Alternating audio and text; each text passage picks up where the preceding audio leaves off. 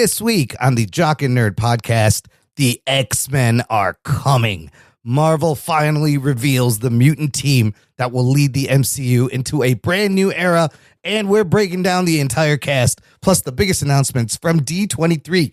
Then we head back to the 80s for The End of Oak Street, a wild suburban mystery loaded with dinosaurs, time travel, horror, and some serious Spielberg vibes. All that and more in this edition of the Jock and Nerd Weekly for Monday, August 17th, 2026. Hey, what's up? It's Andy Dick. With all of the podcasts out there, how does Jock and Nerd show stand out? How does that stand out? It's the only podcast to feature a beef chow mein eating, Grubhub ordering, couch surfing, comic book reading, three loco loving, ball scratching, funny foul mouthed puppet named Rug Boy. Does that entice you? 'Cause it entices me. Check. Check one. All right. This is for all you fans out there. Let's give it up. We shock it, we nerd it. We funny, disturb it. We shock it, we nerd it. We spoiler alert. Oh yeah! Oh, hello, listener. What is up? Thank you for pressing play, and welcome to the Jock and Nerd Podcast, where we give you comic book and superhero TV and movie news, reviews, and whatever we choose. Jock and Nerd. My name is Imran. My name's Anthony. He's the Jock. He's the nerd. And joining us is a fella who, like me, lived through and survived the 80s. And our dinosaurs were very different back then. It's Rug Boy. Yeah, they were smooth and they had big teeth and shit. In my day, dinosaurs didn't have feathers or fur, and they were scaly and slimy. And that's the way it was because we liked it. Yeah. I miss the old days. Remember the 80s. Anthony, you remember the 80s? No. No, you don't. I didn't Not think at all. so. You don't remember 82, 83? Oh, this is the No, I times. wasn't even alive. No, you weren't even an idea, were you? No, not barely a twinkle in my father's eye. That is weird. But Yeah, you're old. Yeah. Again, we're so old. I remember when dinosaurs didn't have feathers. And now they do. My, has the world changed? There's AI. Dinosaurs are furry. What the fuck is going on? Yeah, things change. You know, life is passing me by. I'm confused. I feel like, what's his name from As Shawshank? the dinosaurs gather more fur, you lose more hair. So. Yes. Is there a correlation? Am I the reason the dinosaurs went extinct? I don't know. It's possible. I like my dinosaurs like I like my women. Hairless and featherless. Hairless and slimy and loose. Yeah. Yes. Sliding. Where the hell did you get that? I don't know. I don't know. I was trying to make a funny joke with that. No. Well, you're not the one that said slimy. I went slimy. Oh, Imran included slimy. Yeah. That's how I like my dinosaurs. Anyways, I don't know what we're talking about anymore. Let's get into some news. We got a fun movie review coming up. The Jock and Nerd Podcast. Oh, big D23 happened. Big Dick 23 news. Isn't that what the D stands for? No. Disney swinging its big Disney dick But what around. does the 23 stand for? You know what? We talk about this every other year when this thing occurs. Why 23? I forget. Somebody look it up. I think I looked it up once. There's maybe 23 something. I don't know. Has to do with 23 Skidoo? I don't know, but it doesn't have to do with the year. Again, they hold this every other year, and they were just at San Diego Comic-Con, and now Disney, Marvel, Star Wars, tons of big announcements. So I just want to start by saying this is the first time a Bob hasn't hosted D23. As the former CEOs were Bobs, we have new CEO Josh D'Amaro, first time hosting, and it was kind of funny because he gets up there and he's like, we're bringing new stories to the crowd, and then he goes and he announces like 17 sequels. He goes, We got brand new old stuff for you. He's like, here's your new stories. We're making Frozen 3, Incredibles 3, Coco 2, Zootopia 3, Lilo and Stitch 2, and a live action Tangled. Here's all your new shit. It's great. 23 stands for the year Walt Disney founded the company. 1923. Yes, it's over 100 years old now. Yes. Okay. I knew there was a reason. So if you want to see all the other shit, they announced things for Pixar, Disney, the parks, all this other bullshit. You can look it up. We are going to focus on the Marvel and Star Wars announcement. And let's just start with the big thing that we all didn't think was going to happen. And that is kind of a full X-Men cast announced. Geek boner. Is it the full cast? It's Maybe we probably can talk not the about full cast, but it's a cast. It's but okay, first of all, Anthony, we were like, I was like, they're going to give us one guy. How surprised were you that they just went out, gave us a date, and like the whole cast fucking run up? Yeah, it was on a Friday night. I was out drinking, throwing axes. Oh, yeah, you were. Yeah. And my phone was blowing up, and I didn't fully comprehend what was going on until I sat down later, and I was like, oh, shit. They are announcing this cast. Huh. How's your axe accuracy, actually, by the way? It wasn't so good this round. I've done it a few times, and this round I was playing well, and then all of a sudden we started keeping score, and I was getting in my own head. Oh, no. And yeah, it wasn't so good. Also, Not a there's good points round. like darts or something? Yeah, it's like darts. Okay. Yeah. Anyways, we're talking about X-Men. So, yes. Holy shit. Here we go. The X-Men. The X-Men. The X-Men is coming out. The Ass-Man. It's a different movie. Whoa. Anyways, Feige's out there. He brings Sadie Sink out, who everybody knows is Jean Grey, and then proceeds to announce the rest of the cast. Some of these we talked about last week as Deadline was announcing them. Marvel didn't confirm them. Well, now all this shit is confirmed. Playing Emma Frost is indeed Samara Weaving. Playing Scott Summers, Cyclops, the role goes to Kit Connor, just as we discussed the rumor last year. Here's the wildest one. The role of Rogue ends up with Obsession's Indy Navarrete. And I got to shout out Jose Ibarra on our Facebook group, he checked me on the pronunciation of her last name. It comes from her Mexican father. It's Navarrete, I believe. I hope I said that right. Jose, you can fucking yell at me at the Discord. You uncultured motherfucker. Indy Navarrete, not Mystique, Rogue.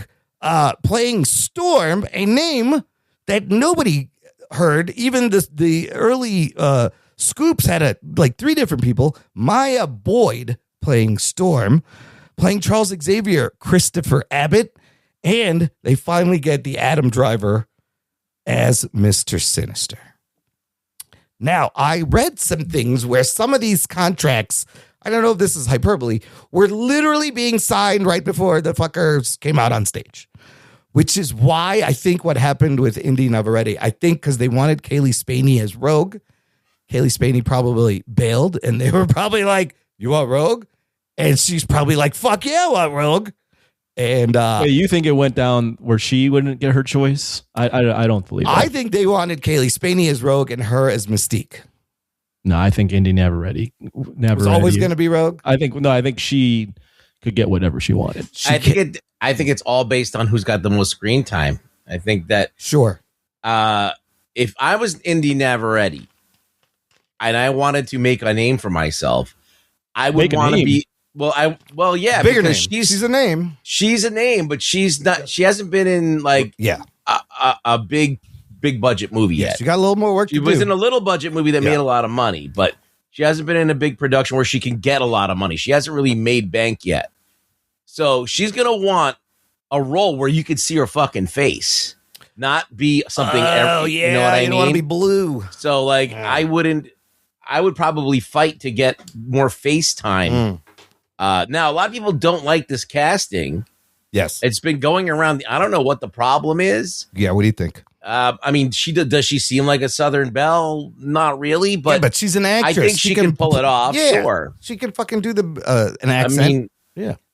I mean, we're in the world right now where we have like a lot of these like really small girls getting parts, like like sub 5'3". Famke Janssen was like a model, right? She was like 5'10" or something like that. So like all of these we're kind of trending down to these like girls that look very young, but they want a young cast. Yeah, I guess it's what they want. So I mean, I don't see a problem with it. I think it should be fine. I think that she's going to do a great job. I think once they do the hair and makeup, remember there's the goth version from X-Men Evolution, the cartoon. Oh yeah, she's a little paler. Where's like goth Rogue? I think they might go in that direction. Anthony, other observations about this cast here? I like it. First off, Yeah.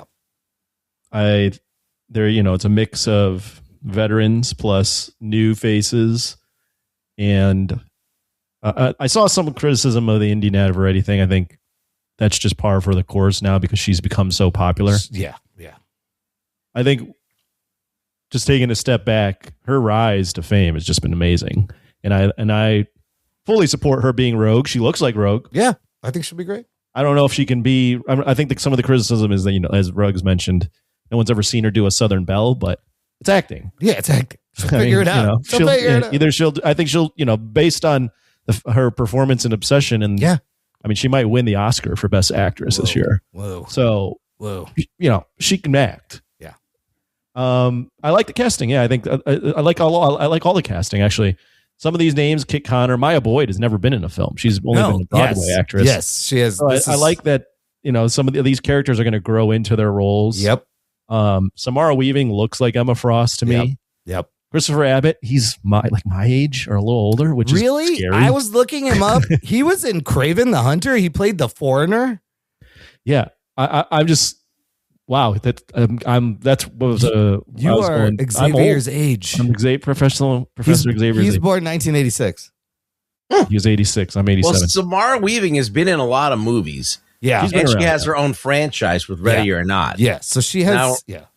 Yeah, so she's kind of like the biggest name here. Sadie Sink, but Sadie Sink is kind of a big name too. Adam Driver is the biggest name. Driver is the biggest name. Here's what I like. Here's the thing with Driver, real quick. Yeah.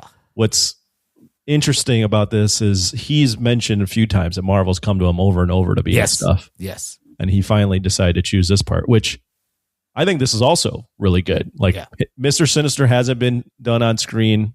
It would have been cliche to do him as Magneto. Yeah. So I like Adam Driver as Mr. Sinister. My observation on this is this all the casting? Or are we, because you're missing sort of people. A mix of the old school X-Men and the new X-Men. It's like and it's not a quite X-Men 97 either, right? So you've got Jean Grey, Emma Frost, some Cyclops, Rogue, Storm, Professor Xavier, and then Mr. Sinister. Yeah. Mr. Sinister. You don't have Magneto. Right. You don't have Gambit. Yeah. You don't have Beast. So yeah. You don't have Angel. Yeah. And you don't have Bobby. Wolverine. And you don't have Nightcrawler. And you don't have Iceman. So yes. What version, like, are there more? Are they keeping it like this? I'm very curious to see how they do this. If I were them, I wouldn't cast a Wolverine. No, so this is what I think they're going to do. Like, remember we had the Charles Melton rumor? I think that is still like, somebody else may get it. So there's going to be a Beast. I feel like they're going to do the original 5 plus Rogue and Storm to start. And I think that's You think enough. they're going to do an Iceman? Yes. I think you got to do an Iceman. Is he original? Yeah, right? Yeah. I think you got to do those 5. You could add Rogue and Storm. And then you need and then that's it. You really don't even need a Magneto right now. I forgot about you don't have a Colossus. Colossus came later, though. Colossus was with the new X. It was Colossus, Wolverine, Storm. Yeah. So Storm There was the Native American guy. Yeah. Nobody remembers. Thunderheart? Yeah. Thunderbird? No, Jubilee. Jubilee came later also. She was going back to the Rogue. I'm bouncing around. I know this. I like that Indy Navarrete is Rogue too because I never felt like Anna Paquin was Rogue. Yeah. I thought Anna Paquin was playing Jubilee as Rogue. Oh, right. Like the whole first 3 movies, she was the point of view, like innocent character that got thrown into this, which was what Jubilee was in X-Men. Well, we never got a proper Rogue because Rogue is actually one of the most powerful X-Men that there is. She is, in all intents and purposes, Captain Marvel. Right. Well, that's how she debuted, as a rival to Captain Marvel. Yeah, she has Captain Marvel's powers. So she stole her powers from Carol Danvers. Wait till you see what they do in the X-Men finale with Rogue. Oh, I didn't see that. Yeah, you'll see. I'm very curious about if this is the cast, what it looks like. But yeah, I'll admit I was pretty pumped when I saw like this. the 4 women actresses. They're all very attractive, right? You have my Instagram feed has just been blowing up with people doing bits of like all 4 girls and just being like, oh, damn, like this is gonna be the best. Look Yo, how hot all you four of have these a girls hot- are. And then you have the comments where it's like, what are you gonna do? Clap your meat in the theater? I think I saw that.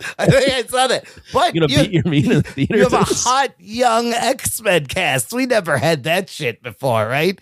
And you also have a young. We had Halle Berry and Halle Hunter Berry. Jansen. Yeah, They but were hot. even they were a little bit. They were older than these guys. Yeah, they were older. They were still hot, but they were They were still older. hot, but like you didn't have the young. I think young Hollywood. They're the problem though affordable. is with most of the X-Men. Yeah, I think you guys would agree. While I like some of the movies, I liked X-Men, I liked X2, I like Days of Future Past, First Class, especially that first three. yeah. Other than like Wolverine, Professor Xavier, and Magneto, you could say what they did to Rogue is what they did to all. Like they didn't do any of those characters justice. Right. Yep. None of those characters felt like the characters that you would watch in the comics or the. Yeah, we never those immediately became Wolverine movies. Most Yeah. Wolverine Yeah. movies. Yeah. Yeah. Wolverine, Professor X movies. Even Nightcrawler, right? He had such a cool scene in the beginning of that movie, but then you don't really get anything about him until like the young Nightcrawler. Who would you guys? So you, Imran, you think they add Iceman and Beast and they're done? Yeah. Ruggs, which X-Men characters would you add to this, or would you leave it as is?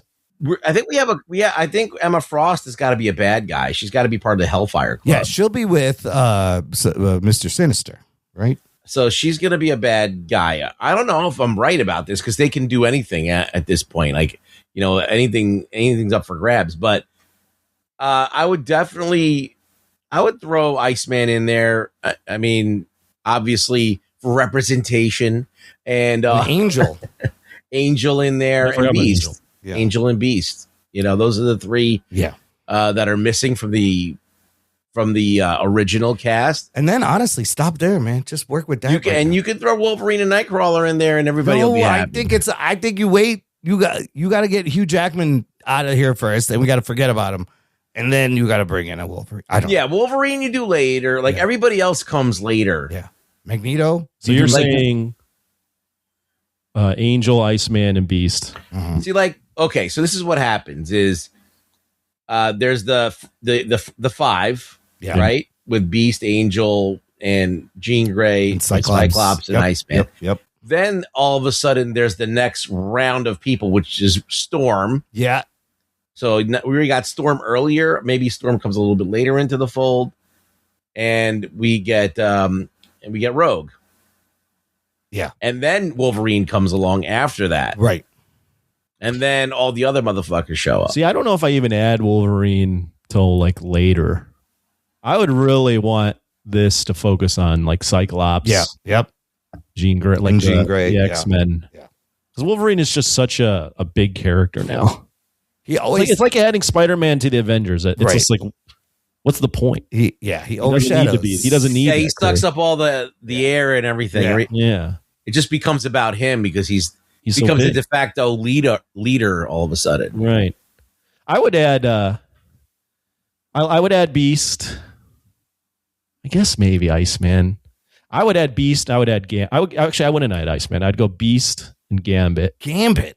Yeah, you need a Gambit. A new Gambit. Because you need a Rogue and Gambit thing. Oh. You need The they never did romance. Gambit. Mm-hmm. They never did Gambit in any of these. Yeah. Yeah. I don't know. There's so many X-Men. There's so many fucking X-Men. That's why you gotta be just do like a handful and then just What if they just left it like this? take your time. What if it was just Jean Just Grey, this? Cyclops, Rogue, Storm, 4 X-Men, I mean- Sinister, Professor X, I don't know. and then you don't even have Magneto. yeah, You just do Mr. Sinister. You tease Magneto for It would have later. to be a really good script. I like the director. Yeah, we got Jake Schreier, and the other thing they did announce was an actual date, May 5th, 2028. They Good year. also dated Ghost Rider. So now in 2028, in May, we're getting X-Men. In July, Ghost Rider. And in December, Black Panther 3. We've gone suddenly 3 movies. I like in 2028 now. No TV shows, 3 movies. I like it. I think it's good. Right after Secret Wars, the next movie is X-Men in May. That's cool. Do you think it's weird that Black Panther is shorter than the person who's playing Storm? Is she short? Is she tall? Or is he that short? He's like 5'8" or 5'7". David Johnson is not as tall as this girl. No. Hey, get some lifts. You borrow the lifts from Al Pacino. Hooah! I'll got my lifts on. If Tom Holland can do it, and anybody. Yeah, you just put him on a box. It's fine. You put him on a box. And then Christopher Abbott, it would have been great if he went on stage and they like shaved his head right there. And he was been like, see, I can do it. Yeah, he should have came out in a bald cast. He should have came out bald. I'm sure he'll be fine. I don't know. He hasn't done that much. I haven't seen him in that many things, but whatever. There's your looking forward to see what they do. Here's your I'm pumped. I'm pumped. Me too. I'm pumped. Yeah, me too. Also, if you look at like the 3 release dates, X-Men is presumably going to be their big franchise and carry a lot of this. So there'll be a lot of hype around that. Yeah. Ghost Rider is going to be big just because of Ryan Gosling. And then Black Panther 3 is just the third one of a popular series. Yeah. So it's like 3 movies that make sense versus, when after after COVID, when they were greenlighting everything, I was like, we're doing Eternals and we're doing Shang-Chi and we're doing Black Widow. Why are we doing these movies? Black Widow now? 20 years too late? At least these movies make sense. I bet. So we will see Storm maybe in that X-Men movie. Maybe she shows up in Black Panther. I think she shows up 3. in Black Panther. Yeah. I think we see the new X-Men in Secret Wars. Oh, okay. Okay. Well, if they've if they're announcing this now, it's very possible. Because they're filming Secret Wars right now. Yeah. So interesting. Marvel's lots back, of stuff. baby. Yeah. Get that green screen going, Marvel. Get that volume up and running. Yeah. 3 movies in 2028 should be good. Listener, let us know what you think of this starter X-Men cast. It's just the starter pack. When you get the starter pack, this is the starter pack of X-Men.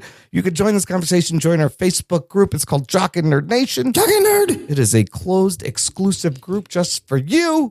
And while you're on the interwebs, you might as well follow us on YouTube and TikTok and Instagram and X, while you're there. Just the collection, the whole collection, collect them all. All right, we got a couple other fun things that they released at D23 Marvel presentation. Of course, they did put out that Avengers Doomsday. They're calling it a special look. The thing you saw in San Diego. I saw it. Before we get to that, though, I want to talk about this video with Hugh Jackman. It was sent in. It pops up, and it's a video of him being coached by Ryan Reynolds / Deadpool. I don't know if he's in character as this. Trying to coax Hugh Jackman into asking Kevin Feige if they need any help rounding out the cast of Avengers Doomsday. It was really funny, but I'm still confused. Does any of this mean that these two are going to be in Doomsday? The stunt they pulled at San Diego with Deadpool, and now this. What do you think, Anthony? You're confused? Of course they're going to be in Doomsday. They're going to be in Doomsday? Yeah, of course. I mean, come on. How are they going to fit them in? What? You're acting like practicality and logic has anything to do with anything. I guess they're in the Fox universe, so I guess that makes sense. The rumor on the internet, we've talked about this. No, what? Is that the Avengers Doomsday begins with those two guys fighting Tobey Maguire's Spider-Man as those two universes are colliding. Okay. And actually, Disney Plus released a watch list for Doomsday. And it points to the rumor, in my opinion, of X-Men or Wolverine and Deadpool and them fighting Tobey Maguire, but also other things. So the watch list includes X-Men, X-Men 2, Captain America, the First Avenger, Avengers 2012, Avengers Infinity War, Avengers Endgame, Shang-Chi, Spider-Man No Way Home, Black Panther Wakanda Forever, Captain America Brave New World, Deadpool and Wolverine, Doctor Strange in the Multiverse of Madness, Thunderbolts, Fantastic Four First Step. And Loki, you missed, is also in there. Yeah, and Loki, both seasons. Wow. Points to the fact to me that Toby probably is in it. So Spider-Man is No Wolverine. Way Home. Yeah, Wolverine and then Deadpool, Wolverine. Deadpool, yeah. Jesus. And we've watched all this. It's kind of crazy that they're like, to fully understand this, you got to watch all this shit going back to 25 years ago. Well, yeah, X-Men isn't MCU. Yeah. It's not MCU. So now it is. And so now people have to watch those. I haven't watched X-Men or X2 or X3 in like a long ass time. It's been at least 15 years. Well, Marvel doesn't need you to watch X3, so you're good there. I'm gonna complete this. I'm gonna watch it all. I'm surprised they didn't put in Days of Future Past in this too. If they're going, I don't think they're putting the old cast members in there, or not the old, the new, that second round of cast members. Holy shit! Okay, so yeah, Deadpool, Wolverine, Toby, they're all in this fucking the rumor. movie. The rumor is the movie starts out with Deadpool and Wolverine fighting Tobey Maguire as the universes are colliding. I mean, if this is their watch list, then that all tracks. Yeah. Funny video. Okay, let's get into the special look. Ruggs, what'd you think? We know what Anthony thought. He saw it. He described it to us. Did this move the needle more geek boner floppy jock for you, this new look at Avengers Doomsday? I think it looks less cosplay like, but then it looks more theatrical. This one. The other one had this like kind of very video quality for some reason. I don't know why. It just didn't look right. This looks a little bit better and a little bit more cinematic. And the costume looks a little bit better. I could see it. It has a little bit more character to it. So, yeah, I mean, I still don't like this wasteland that seems to be fighting in this dark wasteland all the time. It's very monochromatic and gray at times. Yeah, and I think that kind of sucks. There's some green and some golden colors, but yeah, the palette's kind of weird, but it's weird. It's a little murky. But I kind of can glean a little bit. Doom's doing something with people's kids. Oh yeah, they keep showing the kids a lot in this. He's snatching kids. He's snatching up kids and he's making his own team. I don't know what he's doing. So if they know each other, Doom and the Fantastic Four, if they do, and these incursions are happening, he is going to want to stop them. What is he snatching the kids for? But there's two different versions of Doom, don't you notice? There is. I noticed there's like two different suits. I'm not sure what that is. I feel like he's got one that like resembles like a Kang suit. Like with that has like a kind of like a pattern. And then he's got the one where he has like it's like a flap that folds over the entirety of his thing with a. Well, he's got the one where there's the chains on one side hanging off the medallion, which is cool. Reminiscent of like Magneto's from X1. Yeah. Did you do this? Dude, him flicking, all the lines are great. You have lived stolen lives, and then when he's like, you will beg for hell, and he just fucking flicks him away, hell answers to me. And then the fucking sentinels coming out of the ground. Holy shit. I mean, that looks fucking amazing. Wow. Look at them. They're giant. There's a ton of them. Hell answers to me. I am Doom. Oh, and this is the second suit. This suit is different than the one where he flies out of the ship in earlier. Ooh. Yeah, there's like two distinct suits. Is the mask is there two Dooms? I don't know. Or it's just he has a glow up. Yeah, maybe he's got a daytime look and a nighttime look. Different masks. There's speculation on the internet. I saw one thing real recently because they even zoomed in on Doom's eyes, and apparently people are pointing out that the eyes look somewhat different from one to another. Well, that at one point Doom is magically making himself look like Tony Stark to fuck with everybody. Oh. To get in their heads or some shit. Oh, interesting. I do like this better than the other trailer. Like this definitely geek boners. Yeah, this is the trailer they should have released to start with. Yeah, I think you get a better sense of like, it seems like this is going to end, not happy, and it's going to be dark, and the heroes got to battle for their lives here and their kids' lives. The fuck? Yeah. Yeah. Well, some of the rumors are that he's collecting the kids because they're all insignificant beings to what he's trying to do. Oh, and all the kids do have powers, right? Yes. Yeah. Thor's kid and Reed's kid. I still speculate that he's helping them out in the beginning, and that's why Reed is all pissy at him. Like, what the fuck did you just do? But what the line she says implies that like his wife and kid were killed at some point. Yeah. Maybe in an incursion. I don't know. Well, yeah, he does. And she says that I didn't realize he was broken. Yeah. So they know him and they know about him. Yeah. And then, he mentions the stolen lives thing and you have to give him back. And he looks like fucking Robert Downey Jr. Do we like that they know him or what? The Fantastic Four, of course. Yeah. Because the other way to do it is just like he's an evil dude that's trying to fucking, I mean, don't the Fantastic Four know him? They do. I don't think they did initially. Did they, Ruggs? Was he just they retconned it a bunch of times, right? But, Initially, he was just like a ruler of Latveria who was pissed off, right? But I think that you have to go with the most ubiquitous version, right? Which the is one that everybody knows is that in all the movies they continue this trope where that Reed and Doom went to school together. Yeah. And the Tim Story and the Josh Trank one, they did that. Well, one of the things repeating that. One of the things I saw on the internet was Doom is like second best at everything. Oh, so he's like the second smartest guy. Yeah. He's the second best sorcerer, and he's the second best at building tech. That must just fucking. But that's the thing is he's second best at everything. So when he faces like Reed, Reed might be smarter, but Reed has like no magic ability. So Doom has that. And he faces Tony.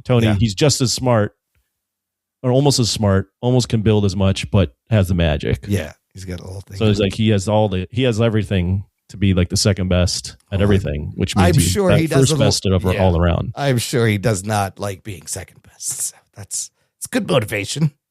Good motivation. Yeah, we'll see what they do. I mean, Doom's an intriguing villain. Obviously, there's not much build here, but we'll see what happens. We'll see. I bet we'll probably get another trailer. Yeah. But for them to put out two trailers so close together is great, and it's kind of crazy, but it was necessary, I guess. Yeah, I mean, the first trailer wasn't. Yeah, just it got me excited, but most people were like, "Oh, this looks like." And then and then they had those character pieces like months ago, which that got people talking too. So interesting marketing. I don't know if I like all of it or agree with all of it's working, but tickets went on sale. I already have 2 tickets for before when the IMAX went on sale. Yeah, my local Alamo, the 6:00 showing was basically sold out when I looked at it. Yeah. So and then some, and in between those 2 showings, I'm gonna have to fucking find a showing of Dune 3 to squeeze in. Yeah, we're gonna review both. Yes, I think we'll do a double. Like, remember when we did Barbenheimer? We did both movies. It was fun. That's what's gonna happen. Weekend after December 18th. The other trailer they put out that I thought was kind of interesting was for VisionQuest, the last part of this trilogy series that started with WandaVision, Agatha All Along, and now ends here. And I think, we discussed, I think they're bailing on live action shows, and they're just doing this because they've already got the first 2 parts. But Anthony, let's start with you. Paul Bettany's back. You got fucking Spader with a big homeless beard. As Ultron, what'd you think of this? I think you're right as far as them bailing on live action. Screen Crush did a whole piece, like a 20 to 30 minute video on why they're bailing on live action, which I thought was really good and would recommend to watch. Yeah. I actually think this looks pretty good. Yeah. You're dealing with the White Vision here, who is the original Vision, but doesn't have the memories of Vision. Right. So you have him dealing with what his identity is, and then Ultron is somehow in it as well. Human avatars, Ultron. They're bouncing back between reality and like a fake reality, and I think it actually looks pretty interesting. It does. It's like he's trying to figure out who he is, what his place is. Right. Peepaw. I mean, fucking Spader is funny. Ruggs, what do you make of this? I'm trying to figure out if it's the Matrix that's inside of this is Vision, like in or his is head. this reality? Yeah, he's in some. Shut up! He's in his head somewhere. Jesus Christ! You ask him a question, you can't even let him finish. Well, so yeah, I'm trying to figure out exactly what I'm looking at here, but it looks cool. I feel like it has some production value. I feel like it's a little bit dark, but maybe that's what it needs. I feel like. I mean, like, I can't tell exactly where the story's going, but it looks like they put a lot of money into it, and it might be cool. Like, you got England, you got all these sets. It's cool. It looks pretty cool. It looks fun. Ultron's in there. Yeah. I don't understand if Ultron could pick any human form he wants. Why are you picking that beard? The fuck? Why would you pick that? You could just be whatever you want. Give it a little trim there. Jesus Christ. I wonder if Ultron is like a figment of Vision's imagination, or if he's actually there. There's a lot of things in there that you go, oh, what are they doing there? Kind of, for me, it makes it a bit more intriguing. Is that Rami Malek in this? Did you see that? Ruggs, did you notice? Is that Rami Malek? I think it is him. Is it him? October 14th, Disney Plus, this thing. will start. But yeah, no, I think if they're gonna bail on these shows, this looks good. It doesn't look bad. It doesn't look terrible at all. It might be a good final show to have, and I still think they're gonna make looks can be deceiving, but I think this looks good. Plus, we've all been wondering ever since fucking the end of WandaVision, where the fuck did the White Vision go? Right? I've been dying to know, and I'm glad we're gonna find out. You think he's gonna be in the Doomsdays? I don't know. Wanda's in it. What? No. I think Wanda's in Doomsday. You think Wanda's in fucking Doomsday? I think she's one of the witches. Oh, yeah, possibly. And Doctor Strange Multiverse of Madness is part of the watch list. Oh, it is. Ooh. And do you think it's that Wanda or a different universe Wanda?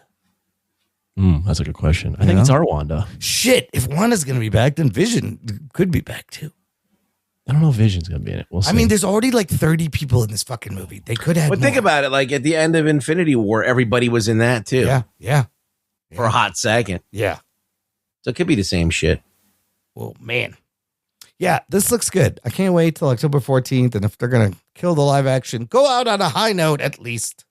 Well, they're not completely. They still have Daredevil, but those shows are much cheaper to film. Yes. And I think they will do special presentations, which is smart because it's like 60 minutes, cheap.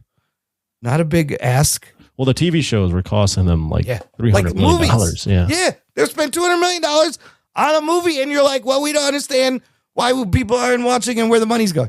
What are you doing? You don't spend the same amount on TV as you do on the fucking movies. Well, did we mention this last week? They canceled Wonder Man season 2. Well, we're going to talk about that in a second. Oh, no, Wonder Man. Yes, we mentioned that.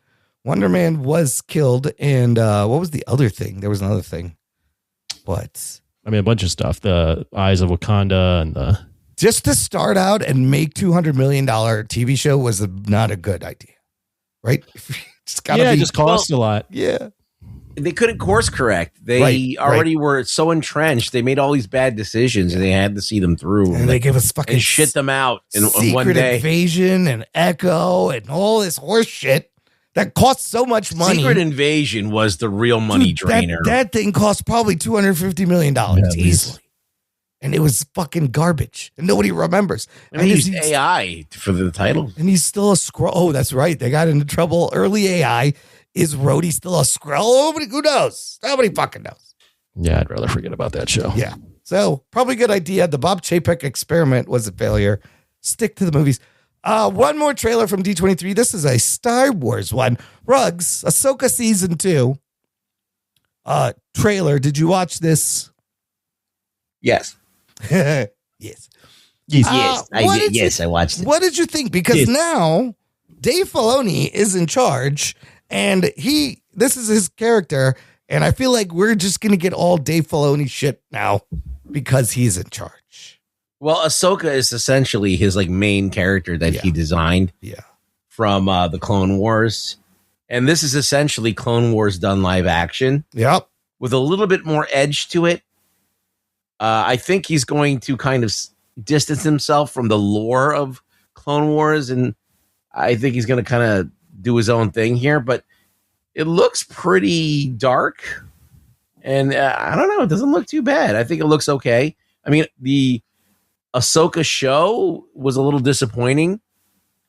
So it was all right. It has nowhere to go but up, unless it's worse.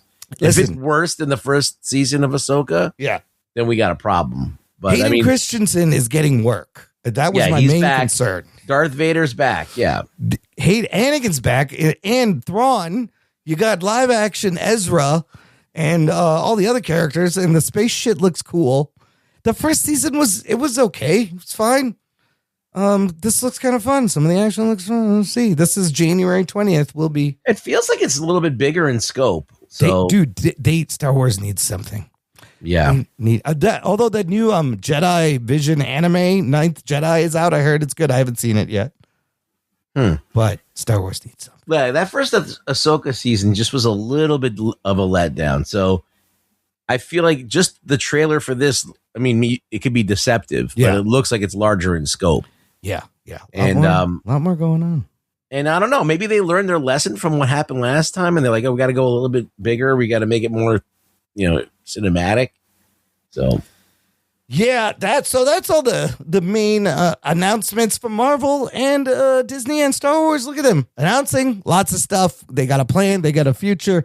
Meanwhile, let's take a look over at James Gunn's DCU. What's going on here? Oh, the Amanda Waller series and the Paradise Lost Wonder Woman prequel. Oh, that's not happening anymore. Oh, shit. They've been canceled. Shit. Not in active development. So while Marvel is making their way back, they really are course correcting in the best way.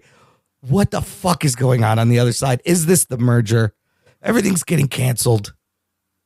Lanterns came out. We'll talk about that a little bit, but this was part of the Gods and Monsters thing that he announced. Anthony, comment. I mean, we don't even need these shows. Why? We don't need a show about Waller, and we don't need a Wonder Woman show without Wonder Woman.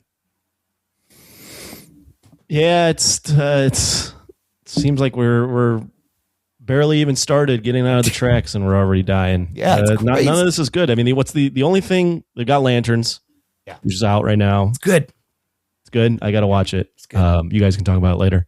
And what else is left? They've got Clayface coming out, and then they've had their full steam ahead on the Superman sequel, Man of Tomorrow, and then the Batman 2. But that's Matt Reeves. That's Matt Reeves' own little thing. That's not. And then that's it. That's it. And then you've got the merger happening. You don't know. So yeah, it's just. Isn't it crazy? Look at where timing. I know. Remember the time where you're on broadcast TV and there was like the Arrowverse and there was like 7 shows. Remember all that? And there was Agents of S.H.I.E.L.D. and they were doing fun stuff, but CW actually had DC was outperforming Marvel on the small screen for a few years there.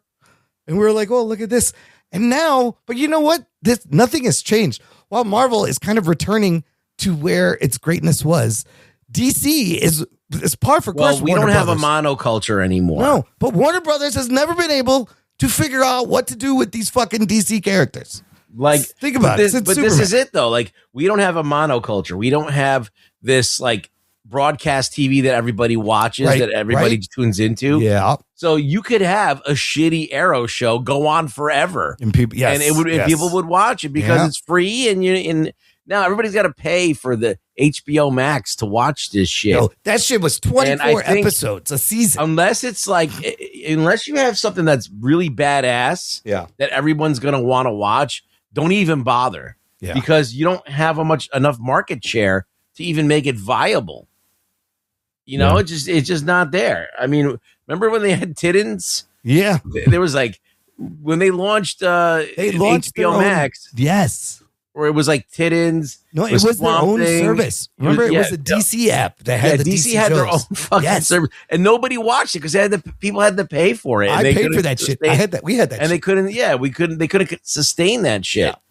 So it's just a market share thing. Like, you can't make like 10 shows. You got to make one fucking badass show that everyone's gonna want to tune into, and people are going to want to get the HBO app just to watch it.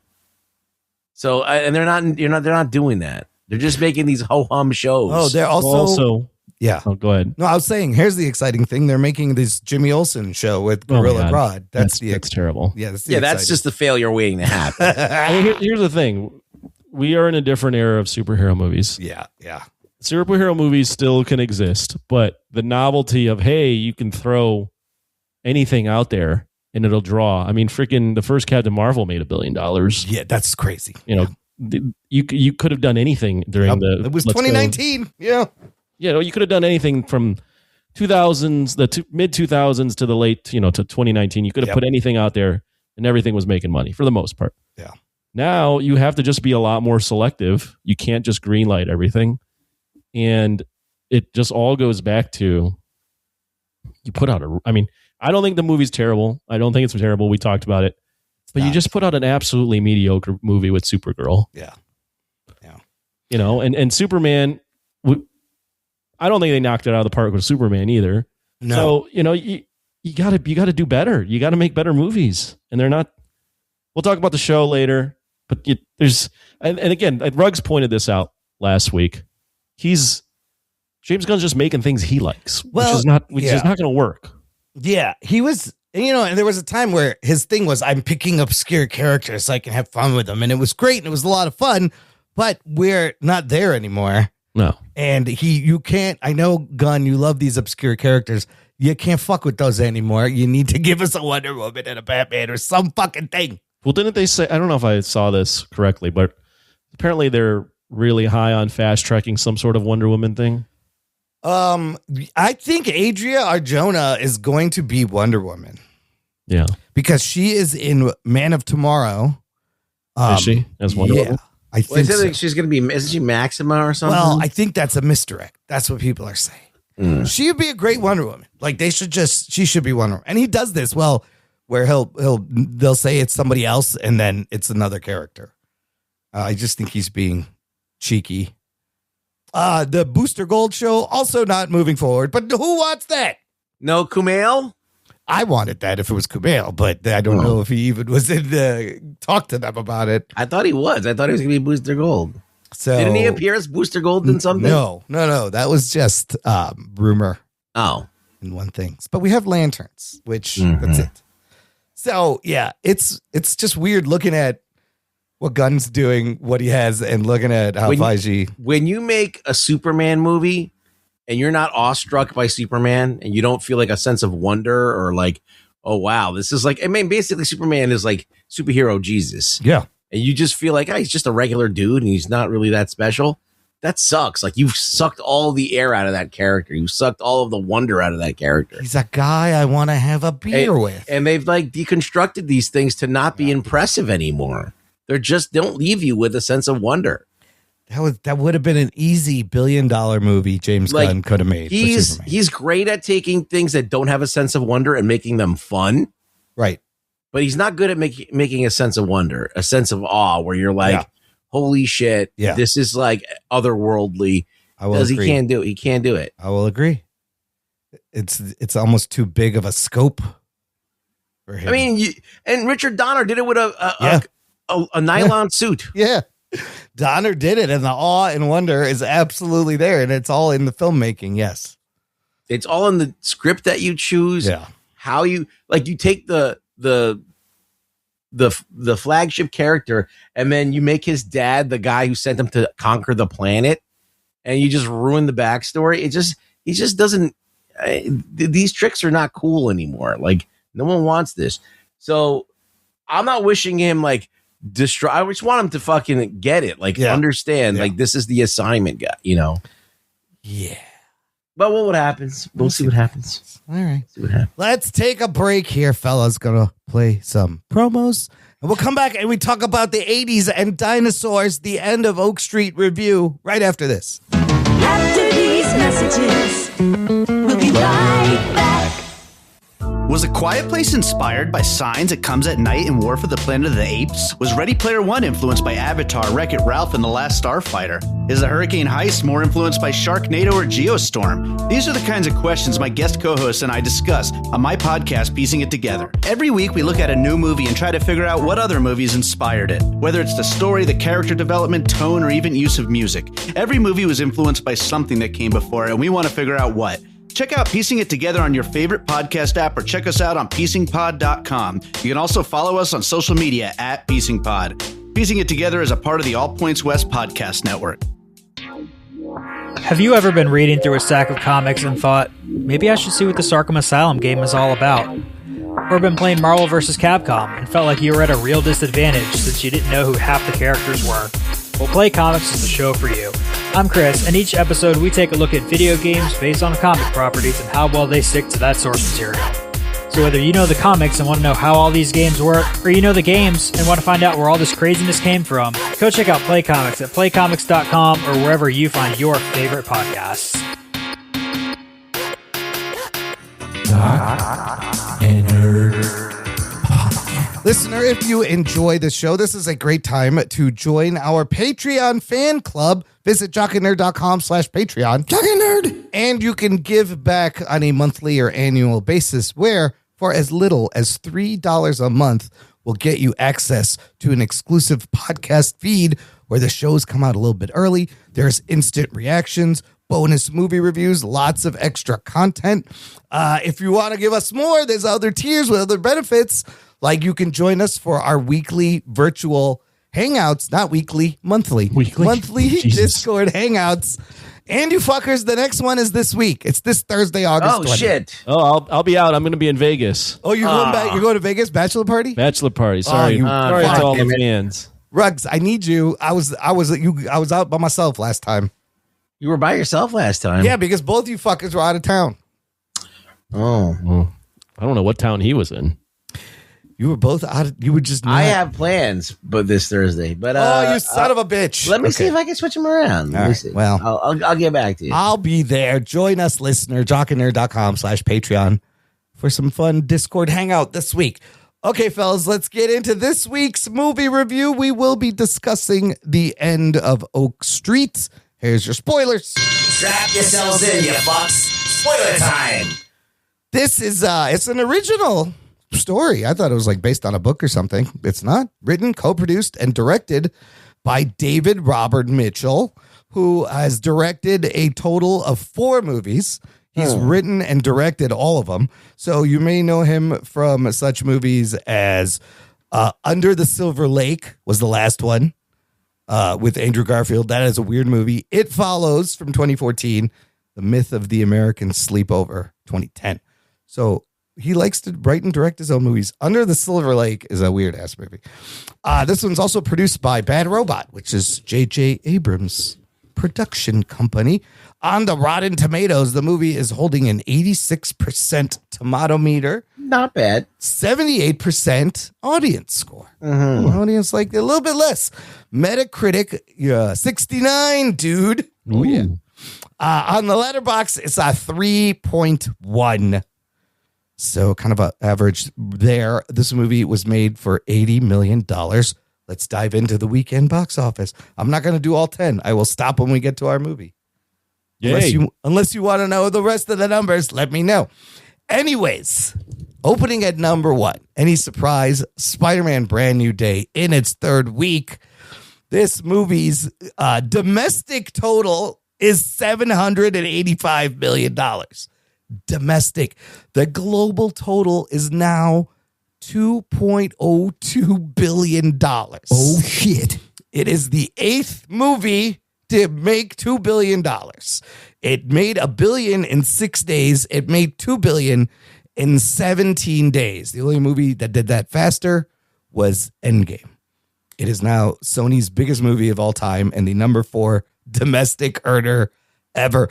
And at work, people are this like Monday, they were like, oh, I saw Spider-Man finally this week.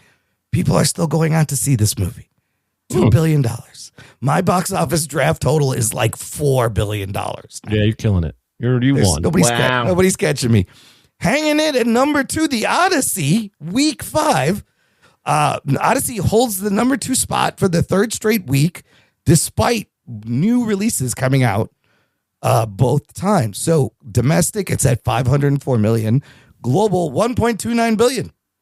Not bad. It opened in China and overseas, and it's the first film to pass 300 million on IMAX screens alone. So Spider-Man Odyssey holding the top 2. Opening at number 3, The End of Oak Street. This is our movie. 21 million domestic. Globally, it's just sitting at 47 million. Again, on an $80 million budget. So they do mention it is another underperforming Warner Brothers title after Supergirl and The Bride. And then they say all pressure now, all eyes rest on Digger, Tom Cruise, which like One Battle, it's 130 million. It's the pricey, weird movie that either it's going to do big or it's going to crash. Kind of like the One Battle, but One Battle did good. Does anybody want to know what the rest of the numbers are? What the rest?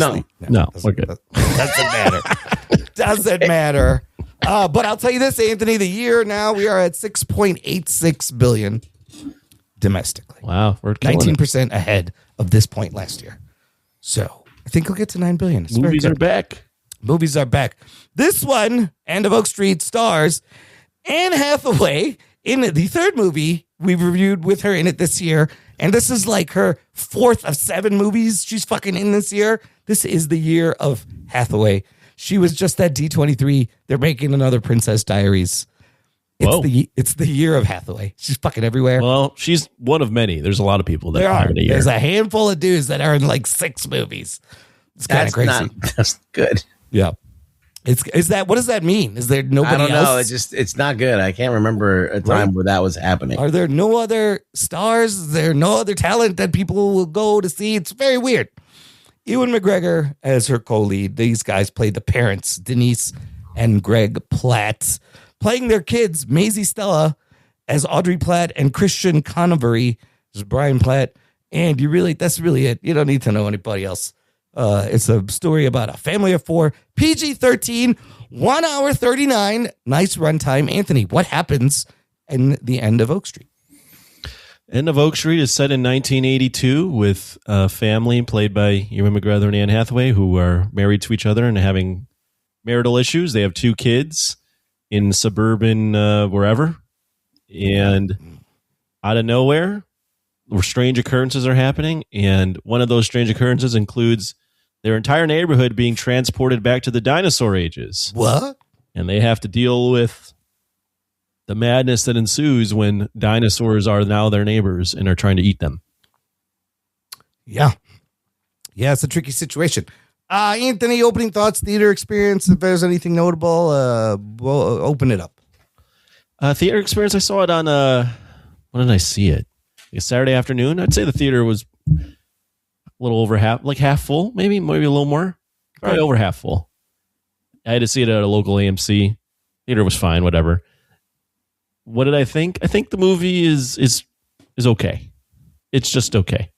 It is basically a tribute to Steven Spielberg, I feel like, where it's taking all the things that he used to do, pulling in all the 80s isms that this director probably really liked, and putting it into one movie. I would describe the movie as Poltergeist meets Jurassic Park. Yeah.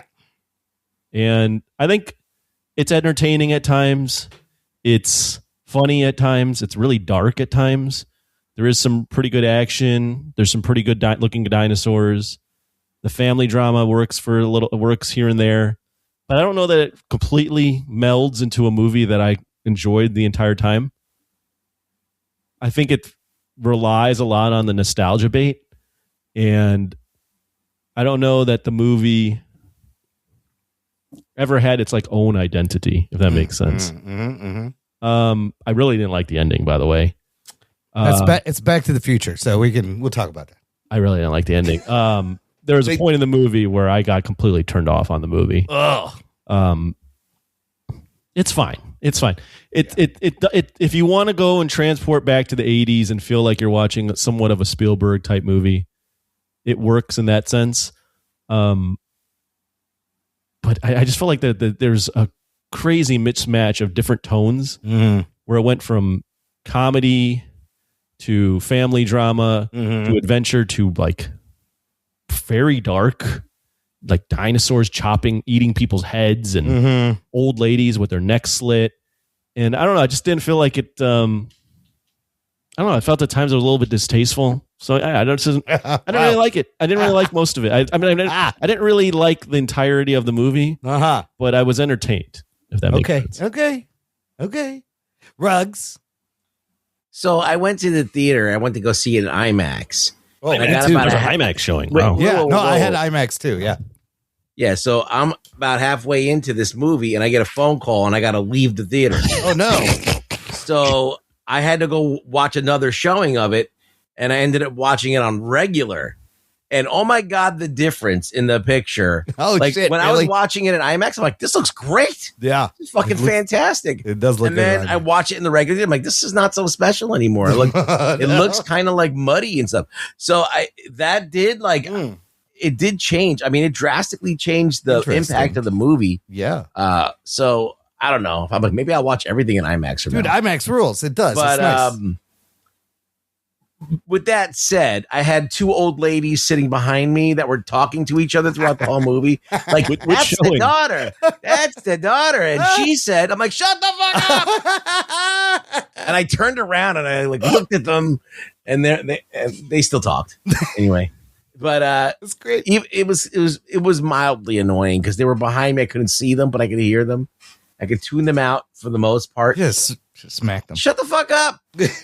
No one cares about your running commentary. Just shut the. If you guys don't get it, then just suffer.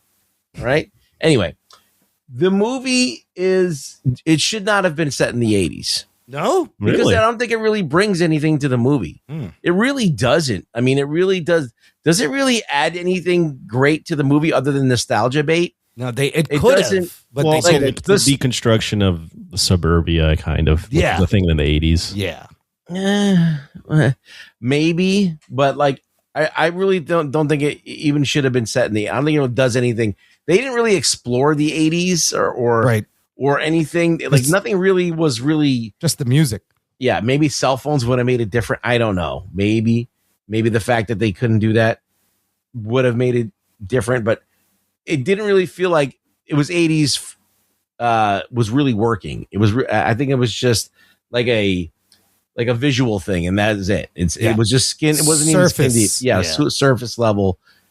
So that was that. Then it was the tones were all over the place. Yeah. The kids acting the kids in this were horrible. The boy is terrible. He sucks. Big dick. Yeah. He sucks. The dialogue's not sorry. He's terrible. No, he's bad. The girl's not good either. She was better than him though. Yeah, and that's like you're starting from the complete bottom. Like anything gets better. Yeah.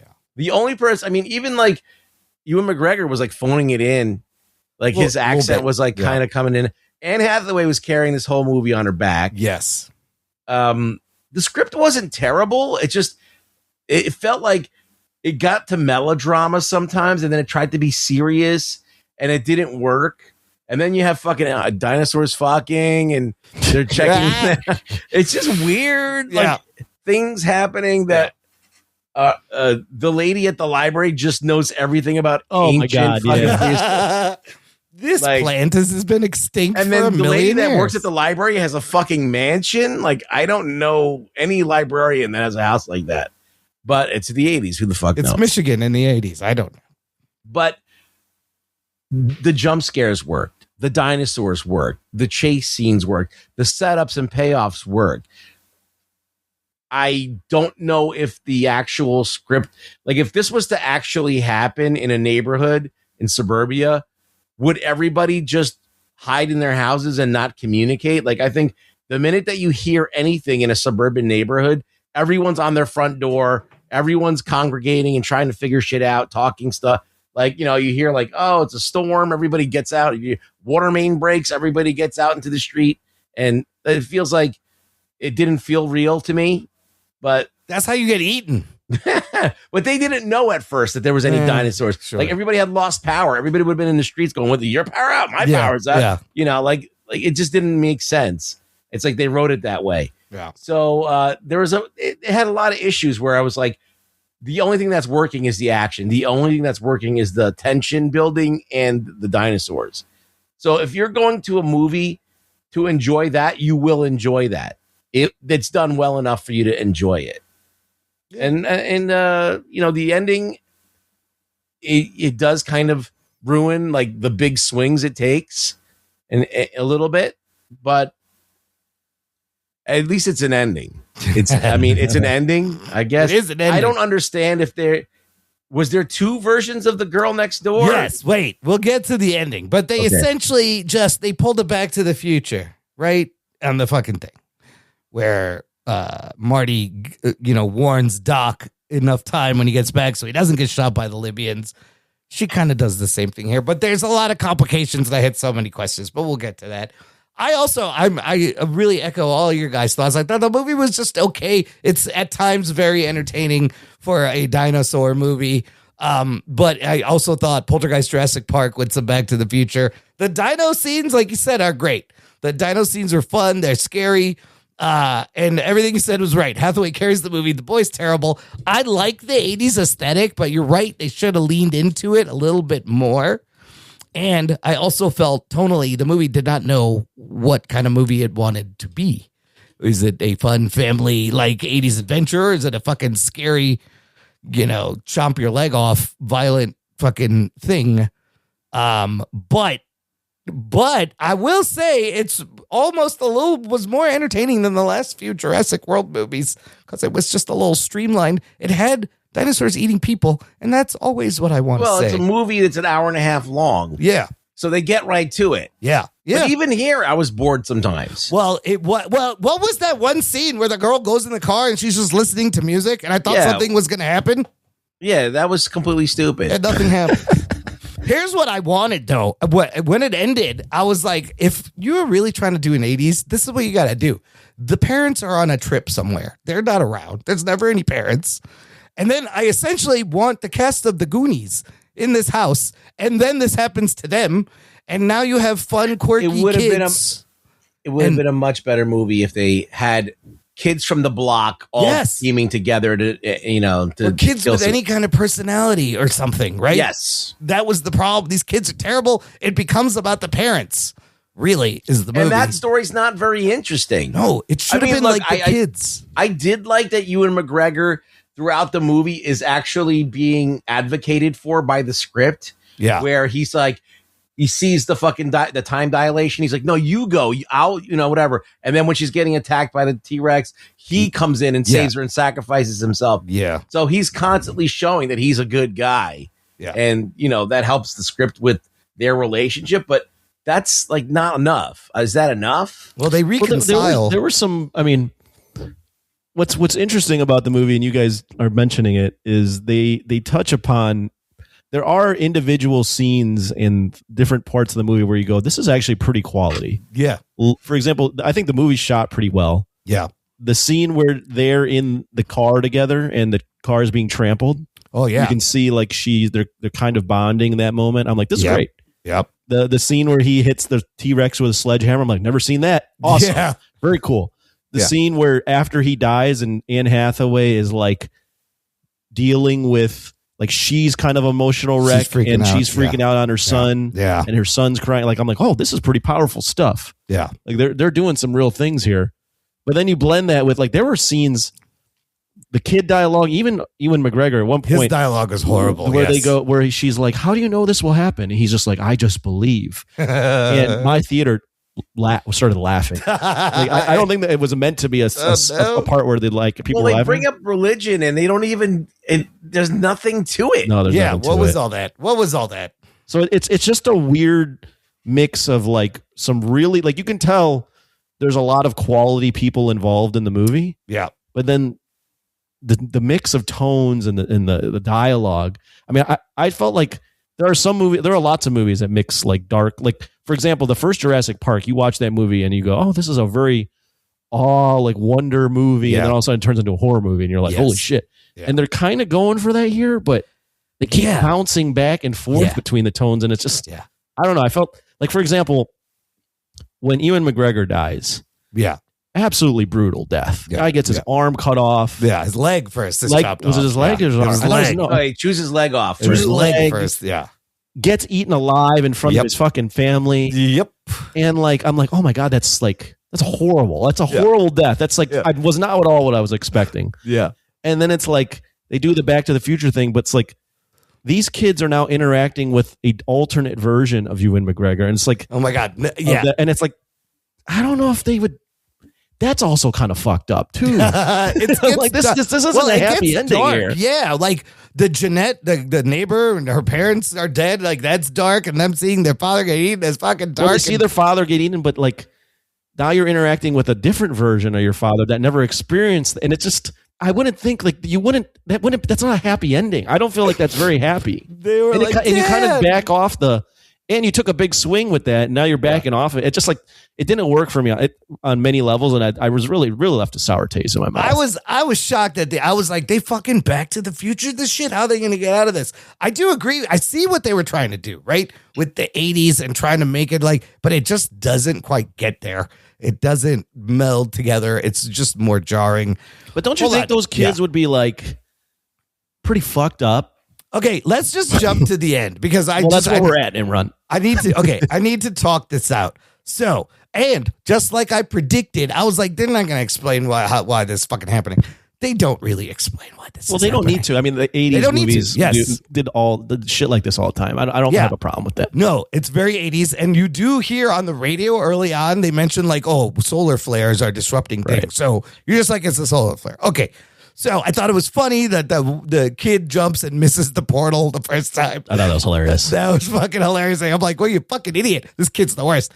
They jump in the portal. They get back to 1982 20 minutes before they left, before the portal flashes.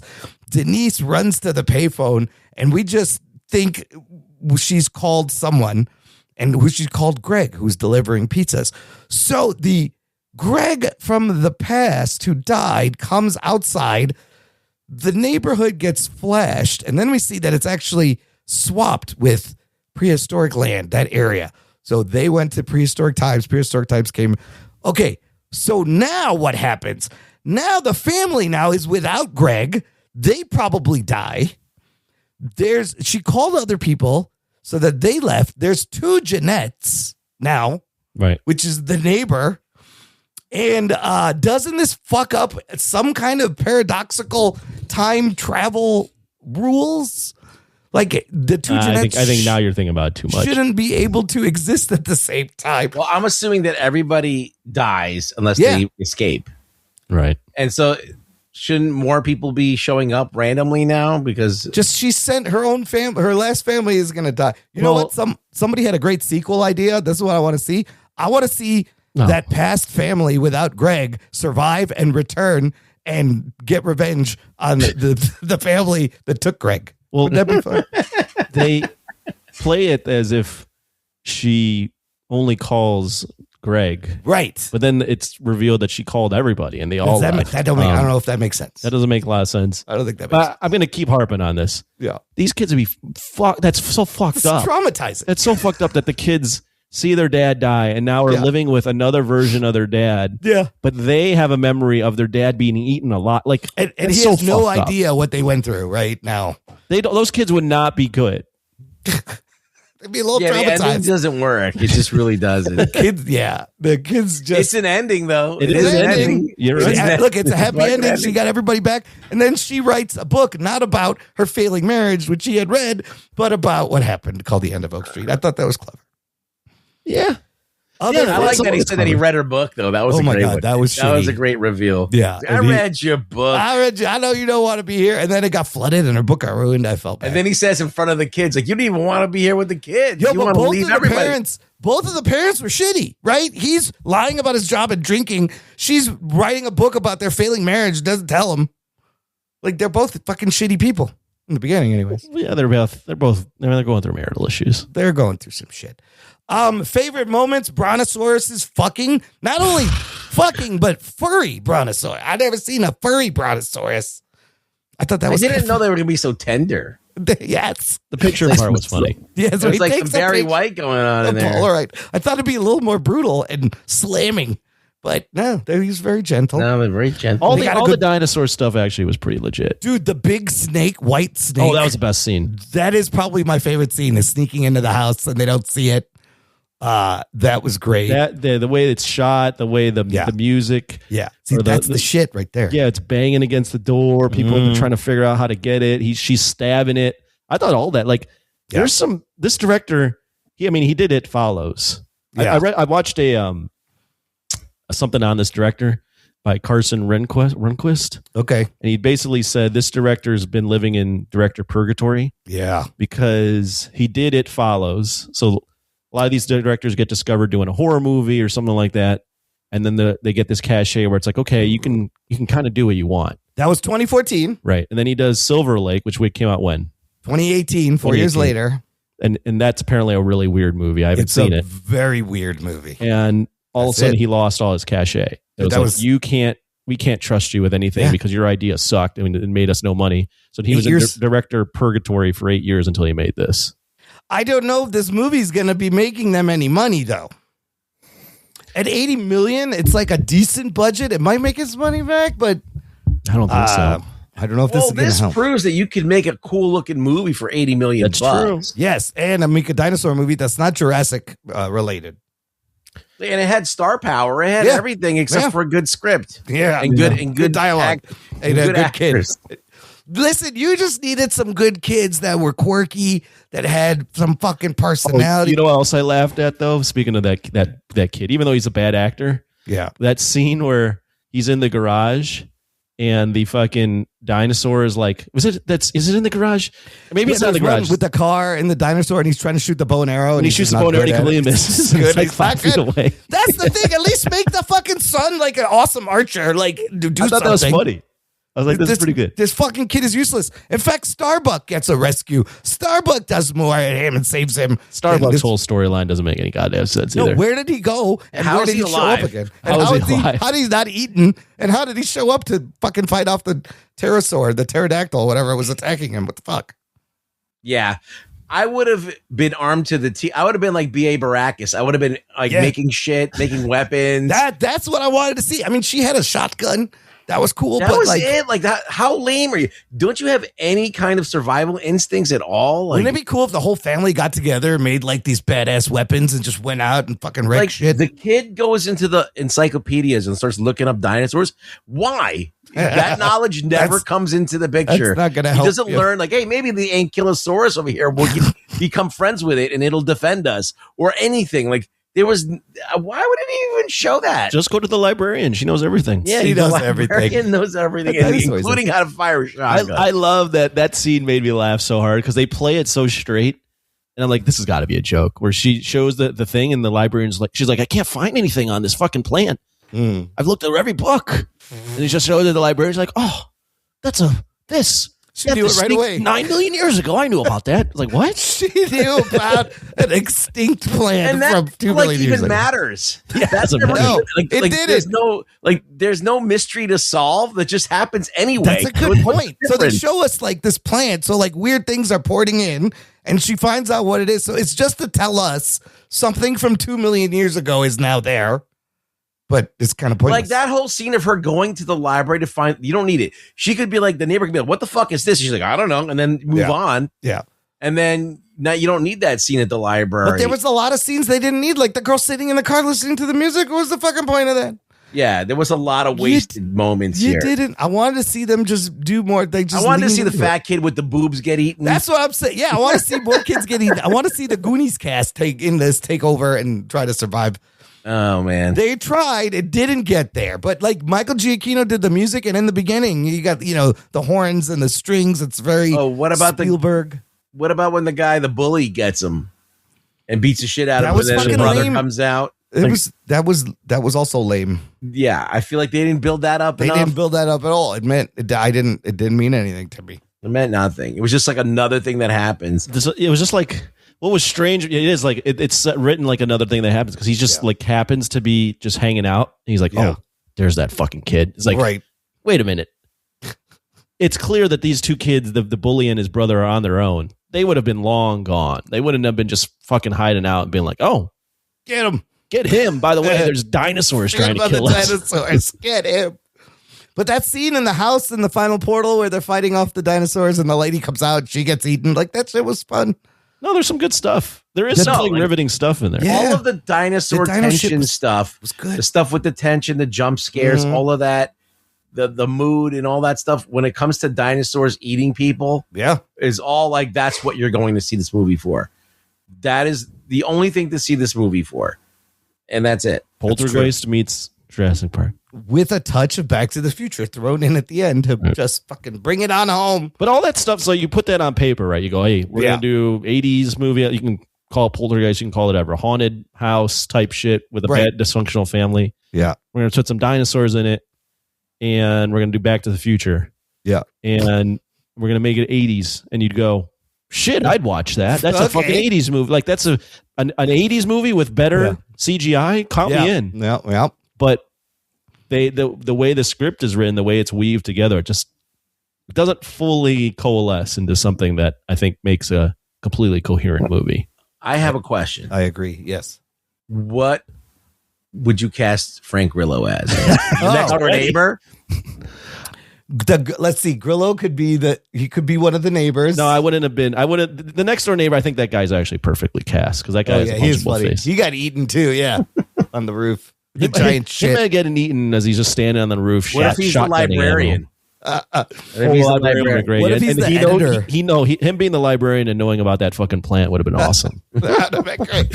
Fred, you know me, but what is this plant? It's from 2 million years ago. Get the fuck out of here. Wait, let's go back to that neighbor. Speaking of nonsensical things. Yeah. Why would you stand on the roof with pterodactyls and just start shooting at them one by one with a pistol? Yeah, and run out of bullets. Like, wouldn't you just It's not going to end well. It's not going to end well. No. And you really thought the kids left a huge pile of shit in your backyard? How are they going to do that? That was great.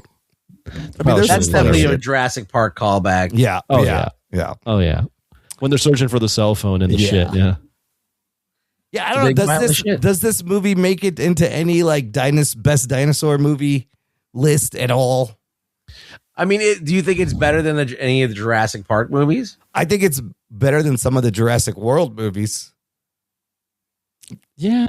The problem is no one's really going to watch it. That's the thing is I don't think this is the type of movie where it would do in the theaters. Yeah. But then you would see it on the shelf at Blockbuster and you'd be like, I'd rent that.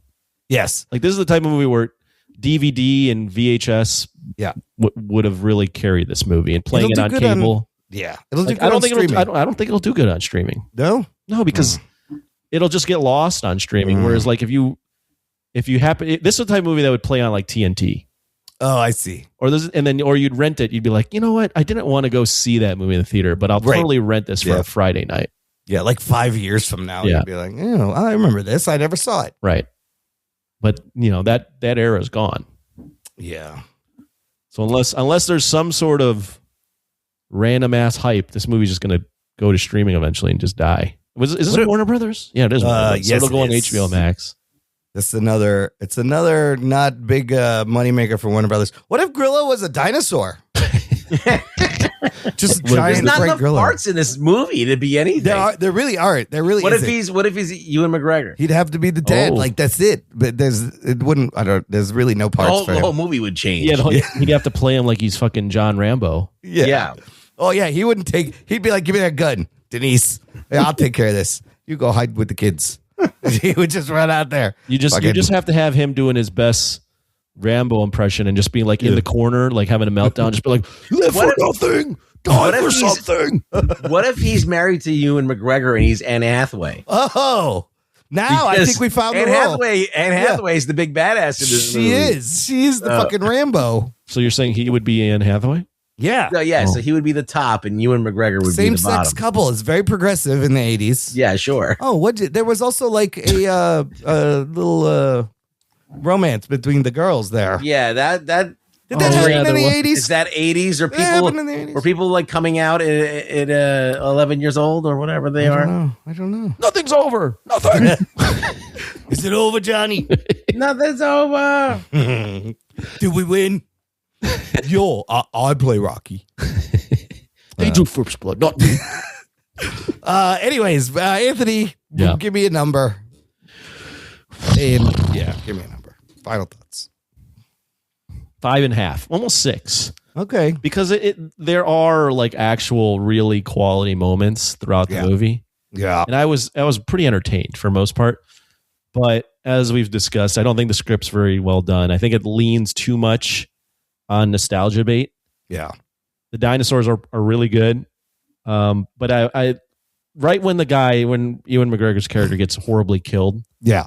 I got pretty turned off on the movie. I was like, that's pretty distasteful. And then the way they try to wrap that up, bring him back, is even worse. God. They don't stand on it. They do this like half-ass thing with time travel, and I just there's just no way that these kids are looking at this dad and being like, oh my God, like you just saw your dad. Like it doesn't make any sense. It would just cause so much trauma.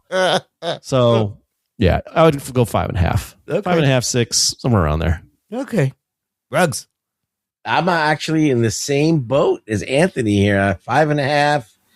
It could go for 6 just for the thrills that you get in the theater, because there was some jump scares, there was some well done tension, and it worked really well. But as a movie, it's a fun movie, but it's not a good movie. I'll put it that way. Well put.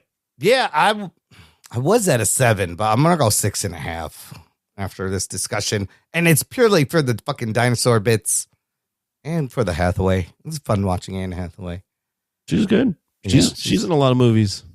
She's in a lot of movies. She's still got Verity coming out, but she carries this fucking movie. Yeah, she's pretty good. Absolutely. But fun dino shit. So if you want fun dino shit, it's different. Weird ass movie. Weird movie, but fun dino shit.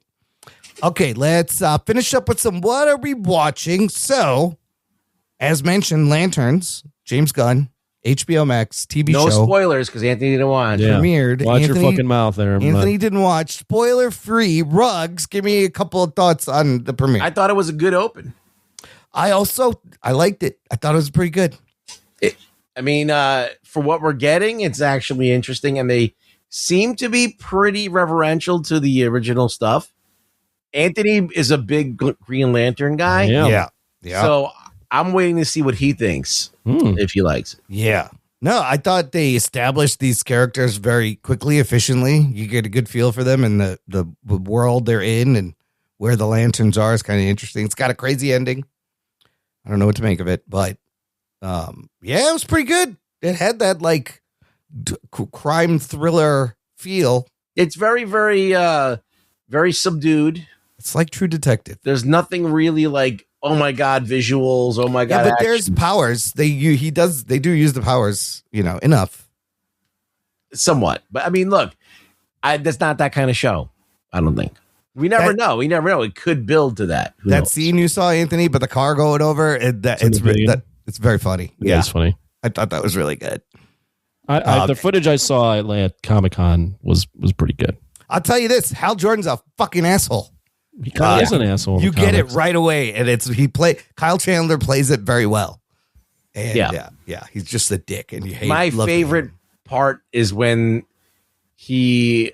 I don't want to give it away, but when he basically he's in the bar, and he gives that smile. Oh yeah, and that's such a great Hal Jordan moment. Oh, where he's like, just sit here, don't do anything. Yeah. That was great. But let's move on to something else because I don't want to give anything away. Okay, I think it's pretty decent way to start this series. Yeah, I watched something. Yeah, what'd you watch? I'll give you, or I'll take like 20 to 40 seconds to talk about this movie. So I went to the Alamo because I was getting notifications for a good movie that was out, and I was like, I want to watch a horror movie. Yeah. So this movie that they were advertising at the Alamo, and then I saw on Letterboxd was getting good reviews, was called Teenage News and Sex at Camp Miasma. Teenage Sex and Death at Camp Miasma. Teenage Sex and Death at Camp Miasma. Yeah, I heard about this. What the fuck is this? And I thought it was a horror movie, and it kind of is. It's about this director that is brought in, this lesbian director, or not even lesbian. Is she lesbian? She's LGBTQ. Mm-hmm. And she's brought in to revive this franchise called Miasma, or Camp Miasma, which is a play on like Sleepaway Camp and Jason, Friday the 13th. And she's brought in to revive the franchise. And she is meeting with the original final girl of the franchise. Oh. And then they like have this like, I don't know, psychedelic, trippy experience where they're like exploring their sexuality and their connection to horror movies. Anyways, I fucking hated this movie. Oh, it's not good. I mean, shit. It's gotten really good reviews, and I get why. But number one, I thought I was watching a slasher horror movie, like a throwback. And while it is horror, kind of, it's not scary at all. It's more of like a psychological. It's like a trippy, like you're almost like stoned, get high. Oh, and it's about these like a deconstruction of horror movies and how there are women in this world that like horror movies, even though they're very abusive towards women. Right. There's like a strange sexuality to them that they like and find invigorating. Yeah. And then there's like, it explores like how horror movies, especially like this movie, treats like gay and trans people and how they like make it horrific and what that means. Anyways, all those are like good things to talk about. I just wasn't expecting that at all. Yeah. And the movie is like super out there. Like, I don't even know if it like most of the movie you're watching occurs in like a reality. There's like painted backgrounds. Okay, so it's very artsy and kind of very indie artsy. Yeah. And Jane Showburn. She did the. I think you've seen one of her movies. That I saw the one? TV Glow. Oh, that's her. Okay. Yeah, man. Well, I never really. I have a hard time with movies where they're like really, really weird. Like I'm sorry, I could kick, or like if I had legs, I'd kick you. Yeah. Like, that movie never worked. It kind of reminds me of that. Like when it gets real weird like that. Yeah. I just can't fuck with those type of movies. I know what you're saying. That was this movie. This movie was So imagine going in and you think you're going to watch an old school like, slasher movie that's like kind of fun. And then you're in this like lesbian trippy deconstruction of horror movies. That's lesbians can be fun. Yeah. Lesbians can be fun. Oh, there's titties. There's some nice titties.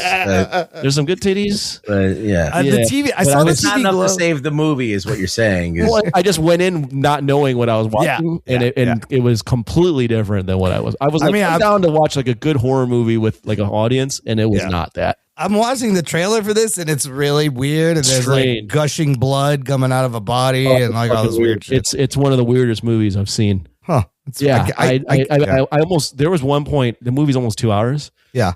There was a point in the movie where I'd eaten my food because obviously you can get food at Alamo. Yeah. And I was sitting there, and we're about 45 minutes in. I'm like, I'm gonna go. I'm like, I might just leave. I haven't walked out of very movies. I might walk out of this one. Yeah, no, you just. But you stuck with it. I stuck with it. Yeah, you just weren't expecting. I was like, that. maybe like it'll win me over. Yeah. And it's getting like great reviews online. Really, like, people are like, "This is great." Well, that's because of what's the content of it, not whether if it's an enjoyable film. Yeah, I just didn't find it enjoyable. It's not. Critics giving this 96% on Rotten Tomatoes. Audience giving it a 79%. Well, that seems like you get. But especially, I know exactly the kind of movie this is, the way you described it. But if you are not expecting that and you're not in the mood for that, no, I wasn't. It's not gonna work. I wanted a horror movie that I could just be like, I'm with an audience and I want to get fucking scared. Yeah, and no, it's not that. Oh, well, I'm glad you checked out. So I had to talk about how I went in expecting one movie, got something completely different, and almost walked out of the theater. Well, I almost walked out. It hasn't crossed my mind very often to walk out of a movie. Good thing you got that monthly pass. But I was looking around and I'm like, these people might get mad at me if I walk out. Oh my god! Yeah, the audience at this movie might those get mad. Fucking snobs. You should have like thrown your popcorn, be like, "This movie sucks," and leave. Give the finger to the. I shouldn't know when I walked in. I was like, "Oh, this isn't the movie that I thought I was going to watch." Yeah, you look at the crowd, you don't know. I was like, "Oh, yeah." You're like, this is an interesting group of people for this movie. I mean, no hate. I was like, oh, no, you just know. What am I getting into? What have I got myself into? They're probably looking at me like, what's this guy doing? They're like, this guy he's an ally. Yeah, he's here for the cause.